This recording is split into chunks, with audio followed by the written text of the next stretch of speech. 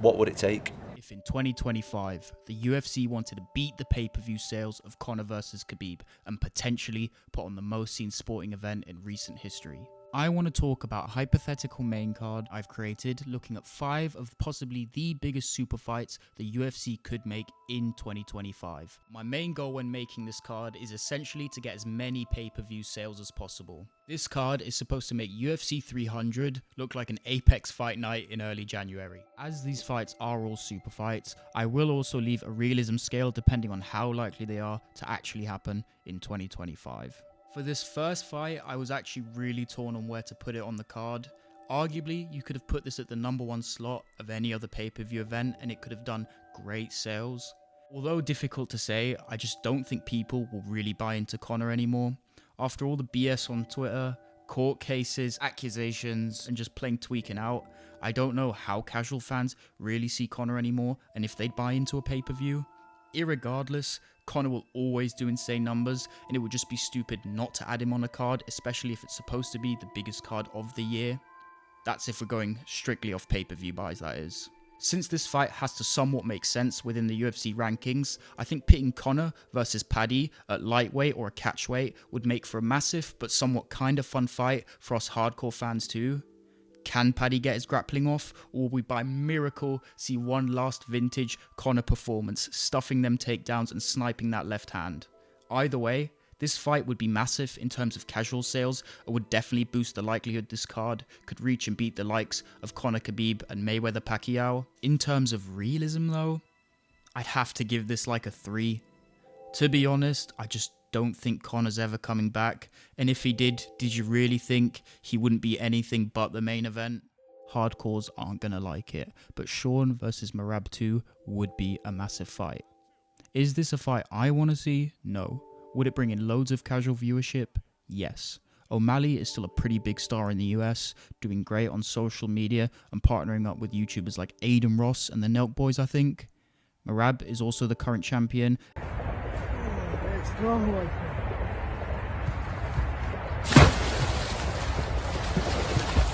And is obviously a star in both Georgia and the US, making this fight pretty fucking big. In terms of realism, I'd also give this a 9-2. The way Dana has been hinting at things seems like this fight is already in the making. Would I enjoy this fight and would I want to see it happen? No. But I mean, we've got to have at least one boring 5-rounder on here, or would it even be MMA? And here we go! Khamzat Chimaev going up against the South African Dricus du Plessis. Chimaev is globally one of the biggest superstars the UFC currently has, coming off a mean first round finish to Whittaker.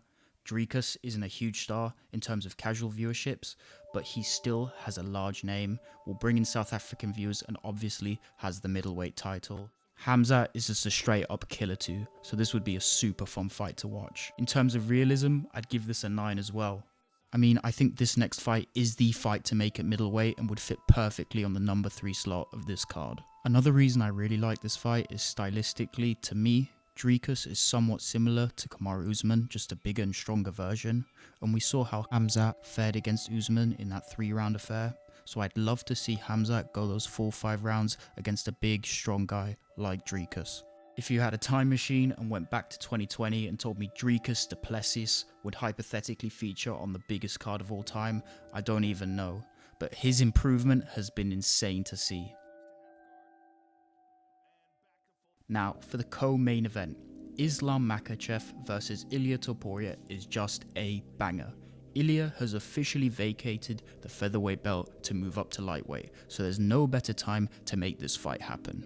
This fight once again could easily main event one of the biggest selling cards of the year, with both Islam and Ilia having absolutely enormous fan bases. Stylistically, it would make for a great fight, with both of them being extremely technical, both standing and on the ground. Casual fans across the world would eat this up, with Ilia and Islam being some of the most famous athletes in Europe and Asia that aren't soccer players. On the realism score, I'm giving this an 8-2. If Ilia manages to persuade Dana to get the jump to Islam, I don't see why this fight won't happen this year and couldn't feature on this card. Before talking about the main event, I want to add some honourable mentions that could have easily made this card, but have been confirmed will not happen in 2025, either by Dana or the fighters themselves.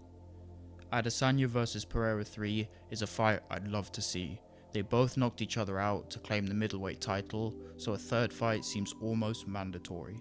I just don't think it'll happen, most definitely not this year at least, with Pereira defending the belt at 205 and Izzy losing 3 of his last 4 fights. Another fight that could have easily featured on this hypothetical card could have been Volk vs Max 3, both coming off a loss. I thought we could maybe see this fight happen this year, but since Volk's been booked to fight Lopez for the featherweight title in April, I doubt they will ever fight, and if they do, definitely not this year. For the final fight, the main event flying above this beast of a main card, we have no one other than Jon Jones going up against Salford's own Tommy Aspinall. I'm definitely not biased at all when I say this is the fight the world has been begging to see. The only person who seems to be hanging around next to a lemonade stand instead of signing the contract is Jones, which is an insane thing to come from the self-proclaimed GOAT of MMA. Heavyweights have always been the staple of massive pay-per-view sales throughout fighting history, and with this fight being so hyped for so long, it's only inevitable it'll happen. Jon and Tom would be the biggest MMA fight of all time. On a realism scale, I'd give it about a 7. This literally just comes down to if Jon stops ducking Tom, which might happen if Dana gives him the bag. So yeah, if I had to make one main card consisting of 5 fights this year, these would be the fights I'd pick if I wanted to make the biggest card of all time. I just wanted to say a big thank you. We've hit 30,000 followers over on Powerbomb Club on Instagram this week, which I'm really grateful for. I'll be uploading even more long form content on here on YouTube, so I'd really appreciate it if you left a like, subscribed, and comment if any fights could have made this card even better. I'll catch you guys next time. Peace.